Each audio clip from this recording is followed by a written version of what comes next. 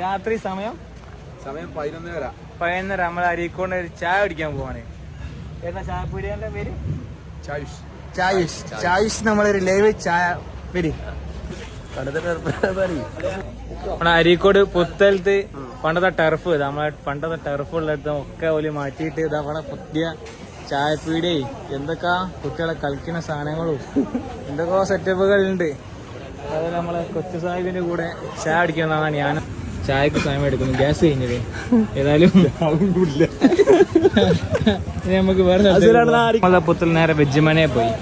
നമ്മളെ കട്ടച്ചങ്ക് കൊച്ചുബായി കാലങ്ങൾക്ക് ശേഷം കാണുമ്പോഴുള്ള സ്നേഹത്തിന്റെ എന്താണ് അത് സാധനത്തിന്റെ പ്രകടനാണ്. ഒരു ചായ പുത്തലത്തെ ഫ്ലവേഴ്സ് അപ്രതീക്ഷിതമായിട്ട് സഹോദരന്മാരെ നമ്മള് ഹഷർ, ഹലോ ഹഷർ, അത് നമ്മള് പുതിയ വണ്ടി എടുത്ത സ്ഥലവാ. കുട്ടികളത് അടിപൊളിയായി ചാടി കളിക്കണം. അങ്ങനെ നമ്മള് ചായ എത്തിക്കാണ്.